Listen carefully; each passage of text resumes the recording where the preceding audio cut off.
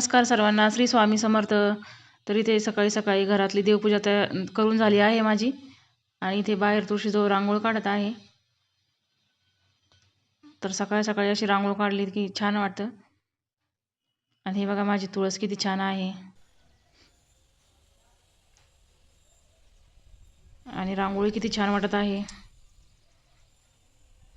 इथे माझ्या नागिनीचा वेल आहे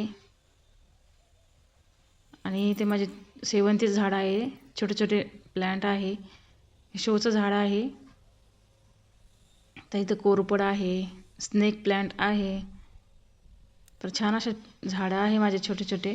आणि नंतर घरामध्ये आता माझी चालू आहे तयारी मेथीचे ठेपले करण्याची. तर अशी मी हिरवी मिरची, लसण इथे खलबत्त्यामध्ये वाटून घेत आहे बारीक. तर छान असं मी इथे वाटून घेते बारीक आणि वाटलेले चव छान येते, त्याच्यामुळे मी खलबत्त्यामध्येच वाटून घेते, मिक्सरमध्ये नाही वाटले. थोडे जिरे टाकून घेते त्याच्यामध्ये आणि छान असं आपलं बारीक करून घ्यायचं.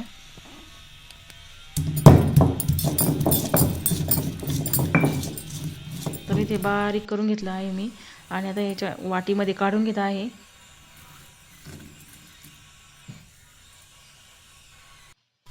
आणि ही मेथीची भाजी धुवून ठेवली होती मी सकाळी. तर आता याला चिरून घेते. तर अशी बारीक चिरून घेतली आहे. आता याच्यामध्ये आपल्याला एक मोठी वाटी गव्हाचं पीठ टाकायचं आहे आणि एक अर्धी वाटी बेसन पीठ टाकायचं आहे. बेसन टाकून घेते थोडं आणि इथे तीळ टाकून घेतले मी छोटी वाटी थोडे. आणि इथे दही पण टाकून घेतलं थोडं. कोथिंबीर टाकून घेतला आणि इथे ओवा टाकून घेतला थोडा. चवीप्रमाणे मीठ टाकून घेतलं थोडं आणि वाटलेला ठेचा आणि एक जीव करून घ्यायचा आहे सर्व.